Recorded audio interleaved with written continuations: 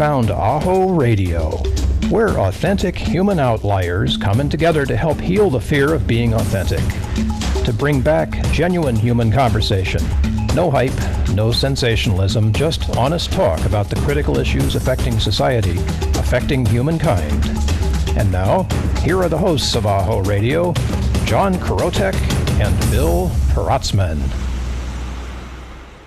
Hey, Bill, how you doing out there on the West Coast, man? Oh, we're holding on, man. We had an earthquake the other night, so things are a little shaky, but we're holding on.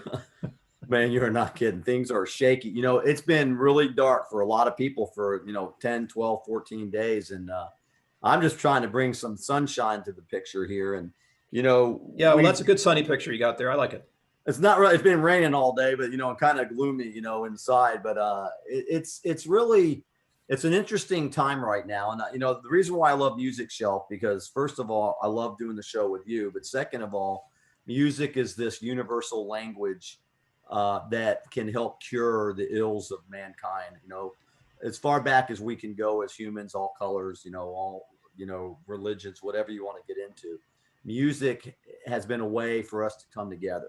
And that's what we're doing with the Music Shelf. We're discussing relevant songs and applying them to our lives. And today's song that you're going to pull out, I'm not going to give it away, but today's song is very well known. And it is a song that has an amazing vibe to it. And so, I'm going to turn it over to you, Bill. Tell us about what we're going to do today. This is so cool, because now you've set it up and I'm going to have to hide what it actually is too, so that when it comes along, people will actually get it. So about a week ago, in fact, it was last Sunday, it was the 31st, at height of the riots. Being a musician, I feel pretty powerless when it comes to doing things, but I've learned that if I come from where I am powerful, where I do have a voice, that's the best way. And so last Sunday, I recorded a very short presentation around the piece of music that we aren't going to name yet, and put it out there because, as you said, John, this music has had a huge social impact worldwide. It was actually written by, the words were written by a guy who happened to be white, but he wrote about a problem that is universal, which is, what's the right thing to do? How do I save myself when all else is gone? What do I do? Where do I turn?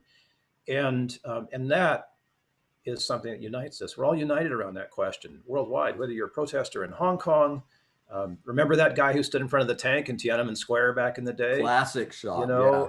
Whether you're a refugee from a government that won't care for you and doesn't want you in its country, whether you're a self-righteous bigot, whether you're a humble, recovering criminal, it doesn't matter who you are. We all share the pain that's in this music, and it's inspired so many people. Well, that's a great way of putting it, that is, we talk about music being the universal language, but what you just pointed out, pain is a universal emotion.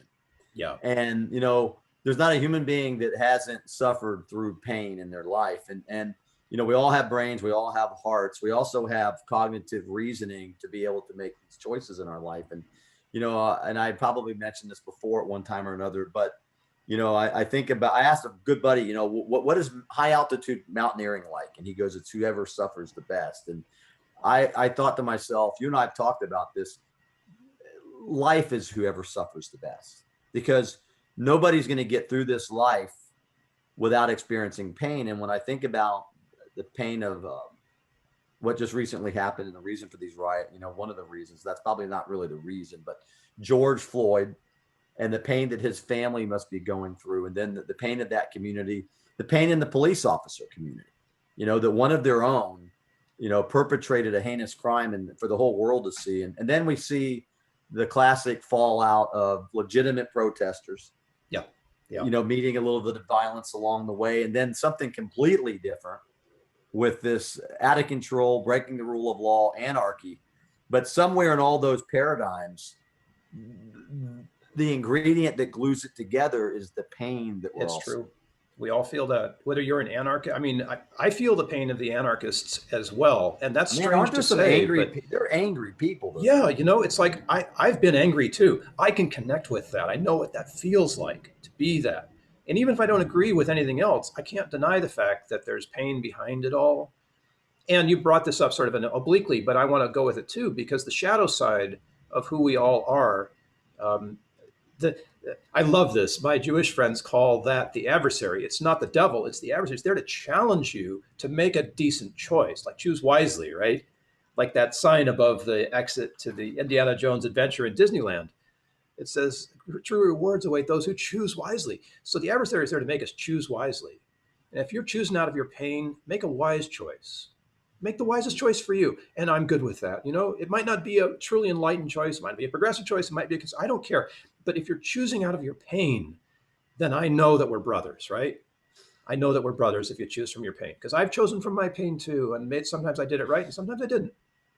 But that shadow side of me, we all have that to help us make the light choice. I was talking to absolutely. I was talking to a combat veteran, decorated combat veteran, United States Army, African-American guy, grew up in Compton. His mother passed away when he was 8. His dad was a black minister, you know, in the Christian faith. And, you know, this guy goes off to war and he comes back 3 deployments, not just one. And, you know, goes through the transition, goes through all that dark space. And I asked him, I said, you know, how do you keep going, or where do you derive your superpowers from? How do you? And he says to me, you know, he goes, I look at Batman, right? Batman fell into the Bat Cave. And he says, I realized that darkness is my ally. So to support what you're saying is, you know, to take these dark moments in our life and embrace them and use them as a strength rather than as a weakness. And regardless of what anybody thinks, anarchy is a weakness. What you just said, you're acting out of your pain and you're not making a wise choice. Acting out of pain in a protest where you're vehemently standing for something in pain, but you're not doing it to make more chaos and mayhem. Yep. You're doing it to make a point. You're creating a collaborative voice of feel our pain. Black lives matter. The anarchists are saying nobody's lives matter. So how can you feel that pain? You can kind of relate to it, but you cannot relate to that type of choice. You have these peaceful people on one side that have been hijacked, and then you've got these unpeaceful people on the other side who are opportunists, and the pain somehow, even though it's universal, the choices somehow don't jive. Like we all feel that. I mean, if you were stuck by a knife right now, you'd feel pain. So would I. What we do with that is really what sets us apart. Are we going to lead with that? Or are we going to victim with that? But have you ever wanted to throw a Molotov cocktail at a cop car? Have you ever wanted to do it? I mean, there are times where that occurs to me, but most of them are like inside video games, right? Gosh, it's definitely not. Well, you know, and there have been times I have been in protests. And I've also been thrown in the back of a cop car. I'm not proud of it. And I've had police in my home to come and put handcuffs on me for a DUI 8 weeks later in front of my wife. And this show is not about me, but, you know, it forever tainted her idea about safety in her own home. Right. And I'm so sorry that happened, that I put her in that position, because you don't drink and drive. I broke the law. You break the law, you suffer the consequences. But now, don't you? I've got to ask you this, because now, don't you share some sort of a commonality with people whose homes are regularly broken into by police in search of whatever? I mean, don't you feel that kind of terror now? Absolutely. And my wife, God bless her, I'm surprised she even stayed with me. But you know what? She literally, this is 8 years ago, starting the beginning of my own journey, but, you know, and 52 years old, but she literally herself forever has changed her idea about police. Yeah. You know, and I wasn't a flight risk. I was a respected business person in town. And, you know, it was a stupid thing that I did. And again, I don't condone those crimes, but I put myself in that position. When you give up your rights because you give up your rights when you break the law. Yeah. Or you have rights when you break the law, but you're allowing others to kind of be in control of what happens to you next. And so I think, like you said, today's song, Bill, I'm telling you, you picked a good one, brother. Well, it picked me. There's a saying in recovery, don't give up before the miracle happens. And usually you have to go all the way to the wall before, and sometimes you have to hit the wall. You know, John, I've hit that wall too and had to scrape myself up from whatever it was, you know, to be able to get back on my horse and keep going. But there's a saying that comes from recovery that's about that don't give up until a miracle happens saying is right where we are right now. It's darkest before the dawn. I know we've heard all this stuff, but whether you believe in religious salvation or not, you can trust that the song that you're about to hear will give you hope, right? Hope for whatever it is. Hope for the discovering a vaccine for coronavirus, or you know, going to Mars, or whatever it is that's on your mind. This song will inspire your heart to stay in the fight until the miracle happens. So I don't need to say anything more, but we'll just spin it and let people enjoy. Awesome, man. I can't wait.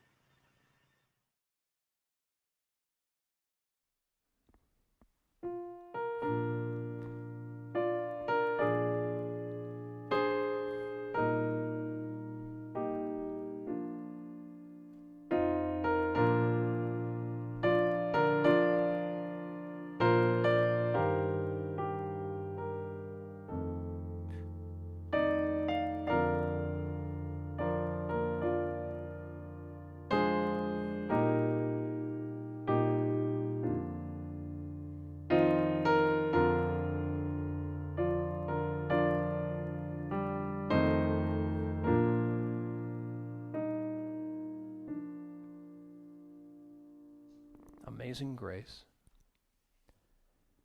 written in 1772 by the Englishman and sea captain John Newton. As a young man, Newton was a scoundrel and a libertine. In fact, he joined the British Navy, but he also attempted to desert the British Navy, and for that he received 8 dozen lashes and a demotion to common seaman. When Newton, who finally got out of the Navy, went to serve on a slave ship, the Pegasus, where he continued to get along with no one. The crew left Newton in West Africa with a slave trader named Amos Kalau. For a while, Newton himself was a slave in service to Kalau's wife, an African royal who treated Newton as vilely as she treated her own slaves. John's father eventually sent a rescue party to find John and bring him back to England. It was on that voyage home that the ship John was on got into a horrendous storm off the coast of Ireland and almost sank. John, perhaps for the first time in his life, prayed to God for the safety of the ship, and miraculously, the ship's cargo shifted to cover a hole in the hull, and the ship drifted to safety. Newton marked that moment as his conversion to Christianity. Years later, when he renounced the slave trade and slavery itself, he penned the words to Amazing Grace to honor his reconciliation to God. The origin of the tune we all know as Amazing Grace is another matter.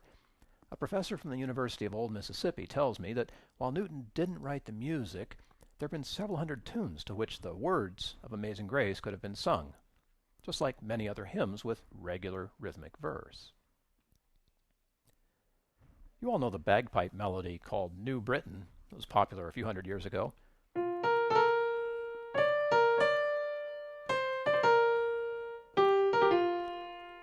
Yep, out of all those hundreds of tunes, New Britain became the melody we now know and love as Amazing Grace, right around 1835.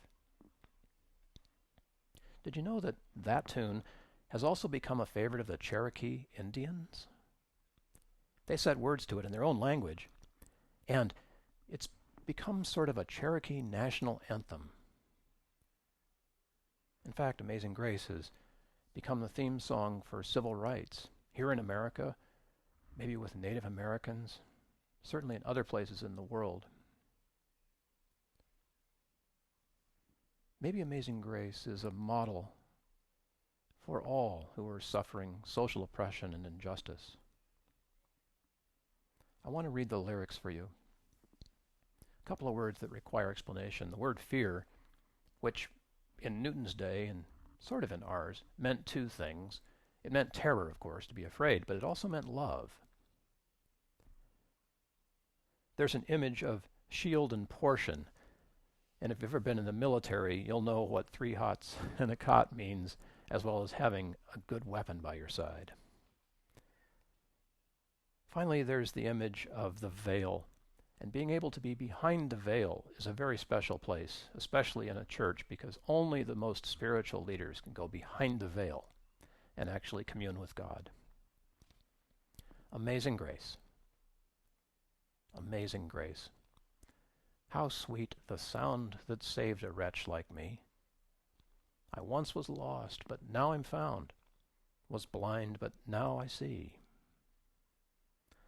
'Twas grace that taught my heart to fear, and grace my fears relieved. How precious did that grace appear the hour I first believed. Through many dangers, toils, and snares, I have already come. 'Tis grace that brought me safe thus far, and grace will lead me home. The Lord has promised good to me. His word my hope secures. He will my shield and portion be, as long as life endures. Yea, when this flesh and heart shall fail, and mortal life shall cease, I shall possess within the veil a life of joy and peace. When we've been there 10,000 years, bright, shining as the sun, we've no less days to sing God's praise than when we've first begun. Amazing grace.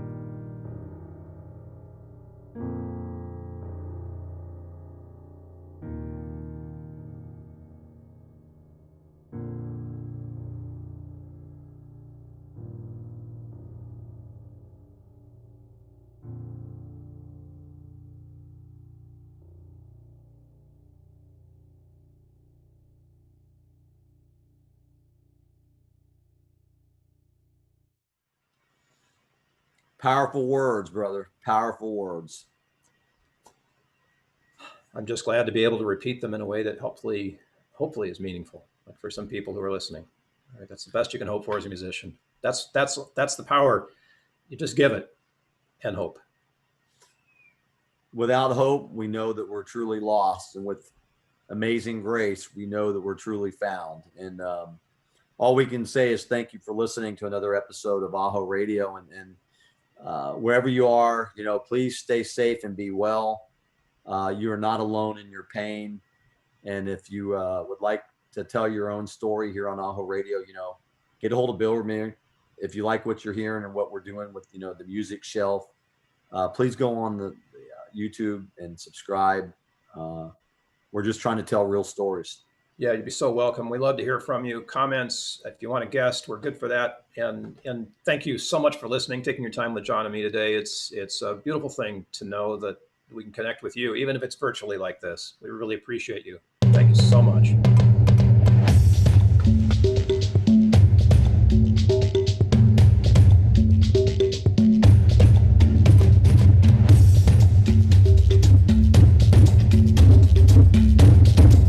Thank you for joining us on this episode of AHO Radio. Information we mentioned is probably in the show notes, but if we missed anything, please let us know and we'll get it added for you. Subscribe to the AHO Radio channel on YouTube to stay connected, and as always, we wish you health, success, and significance. AHO! AHO, brother.